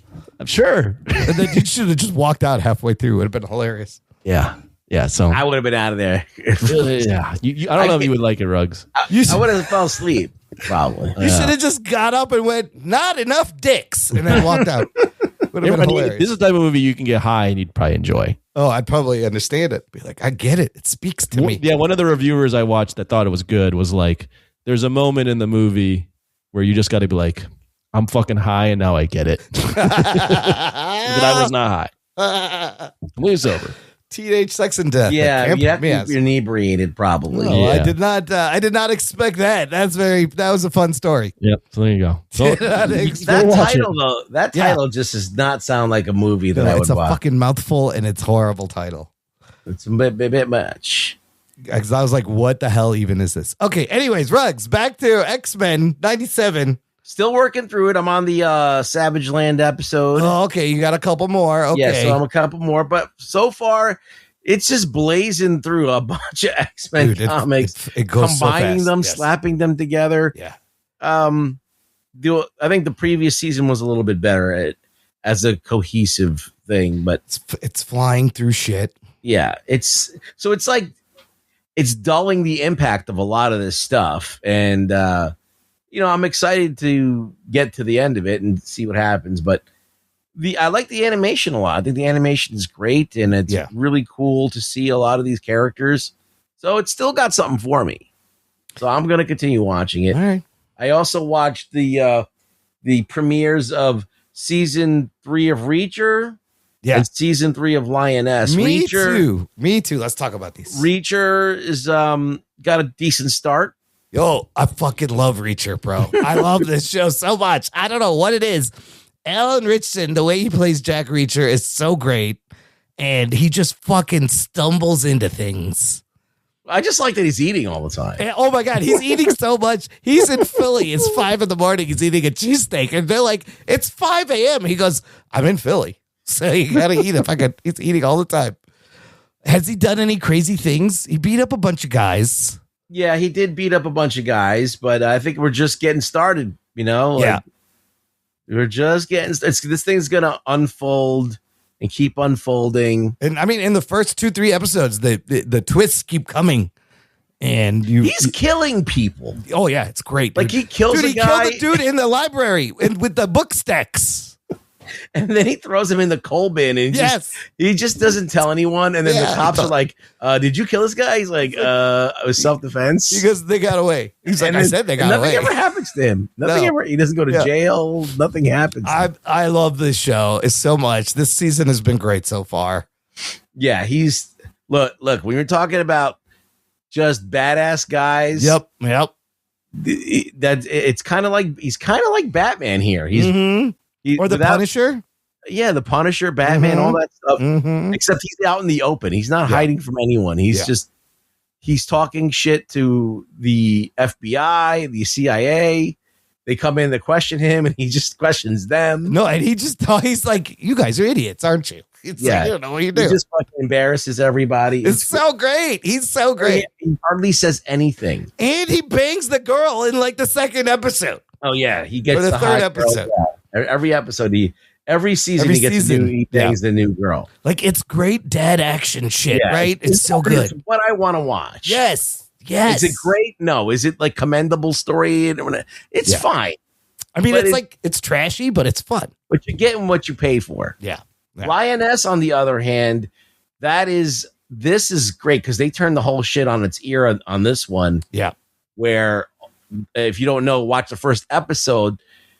Zoe Saldana, who is the Lioness leader, she gets captured. Oh, she gets snatched right away. And I was like, oh, fuck. How the fuck is she gonna now? Are we gonna watch her? Yeah. The question is she gonna get herself out, or are they gonna get her out? Right. Is she gonna figure out how to fucking outsmart these motherfuckers and get out? Yeah. And the flashbacks were kind of the flashbacks kind of confused me a little bit. Right. But when she's like, I'm getting blackjacked, and I was like, oh, fuck, they fucking snatched her right away. Didn't waste any time. And then she was naked, and they were searching her. Yeah, they stripped her down, and she's like left looking for the locator. She held out pretty long, but big toe, left foot. They fucking cut it out. But Zoe Saldana did that whole scene, and that was very, very uncomfortable. But you got Morgan Freeman, Nicole Kidman, Zoe Saldana, just like crazy cast in this show. Yeah, and even Tyler Sheridan is in this. Oh, he's in it? Yeah, he's the guy. He's always he's the Marine, like the big Marine that doesn't talk a lot. That's like always foolish. He's like all full of like testosterone. Oh, that's like him. The guy that when she goes to the Ukrainian to go get the guy. Yeah, and she meets the team there. Yeah, like the guy that's talking all the shit. That's Tyler Sheridan. That's Tyler Sheridan. Yeah. Wow. What else is there? So I think that was pretty good. Those two, if you haven't watched those yet, check them out. I also started reading. I did like a review of Abercrombie's trilogy, right? Last show, First and then Law. I went and started reading the next book in the line because I want more. So I started reading Best Served Cold, which is his version of Kill Bill. Oh, so no way. It's a revenge story. It's like the cunt of Monte Cristo. It's like it's a woman who has to get revenge on like you know how like Kill Bill, she's got a list of all the people, and at the end she's got to kill Bill. Yeah. It's exactly the same thing. Like she gets suckered up and whatever, turned on, and she's got a list of people she's got to kill, and then she's gonna take them all down one by one with her crew. and it's good. I know that it can't be that simple. Yeah, because Abercrombie always throws curveballs at you. Yeah, but it's already off to a good start. Audiobook also. Yeah. All right, so you like the Abercrombie and Fitch guy? Yeah, he's great. I can't wait for Hollister to come out with some books. All right, fellas. Well, next week, you guys, I can offer this. How about an action movie starring Jason Statham? Whoa, that's a flip of a coin. Is it good or is it terrible? It's called Mutiny. Mm-hmm. Did we see the trailer? Do you guys seen the trailer for Mutiny? Sure. What else is out? That's it, really. I might have a tough time watching it. Why is that? I fly out to Vegas on Thursday. All right. Maybe Mutiny. We'll figure it out. That's really the only. You two could watch it. I'll try to watch it one day. Coming out. Okay. All right. Tentative Mutiny. Jason Statham fucking kicking ass as he does. I feel like this is going to be a mid movie. Well, how is Shelter? Mid. So you don't think this one? They've been really promoting this one for a long time. It wasn't like terrible, but it wasn't.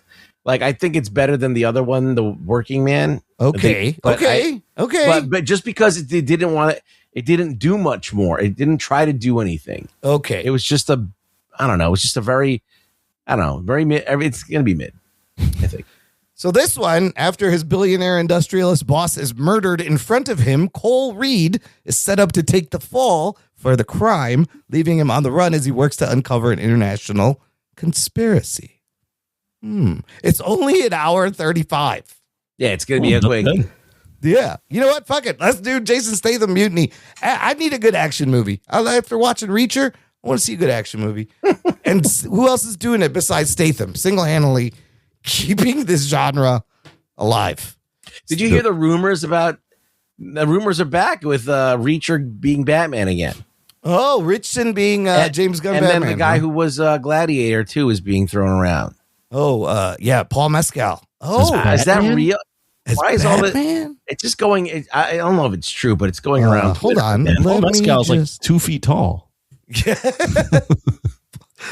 Paul Mescal has emerged in unverified social media reports as being in early talks with DC to star as the Dark Knight in the upcoming movie. So you have like a 5 foot 5 foot Batman, and you have a Reacher as a 6'4" Batman. Which one is it, dude? Paul Mescal's a better actor than Alan Ritchson, but Alan Ritchson is the fucking shape of Batman. I don't know. Like, Mescal's a good actor, right? He could bulk up. All right, yeah, he was Gladiator, and he needed to bulk up for that. This is an active rumor, though. Ruggs, you are right. Interesting. I don't think that fucking movie's ever get made, personally. No. Because James Gunn can't figure out what the fuck they're doing. No, he cannot. All right. Anthony, where can the people find you this week? Oh, Las Vegas. Vegas, yeah. Again, look for a bucket with ice and sparklers. You will find Anthony. There's a lot of sparklers in there. How many? Can you know how many bachelor parties about you got left? How many do I have left? Yeah. I can think of at least 3 or 4. And that's including you. But you got to count after the divorce, the second marriage. Oh shit! Does that count? So you could get there's a whole other life of bachelor parties. You could have a whole second cycle. Yeah. I'm planning this one, so that'll be fun. Oh shit! Oh, all right.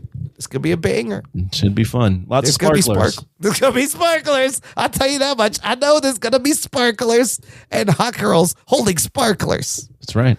How else? I mean, is there any other way to do it? No.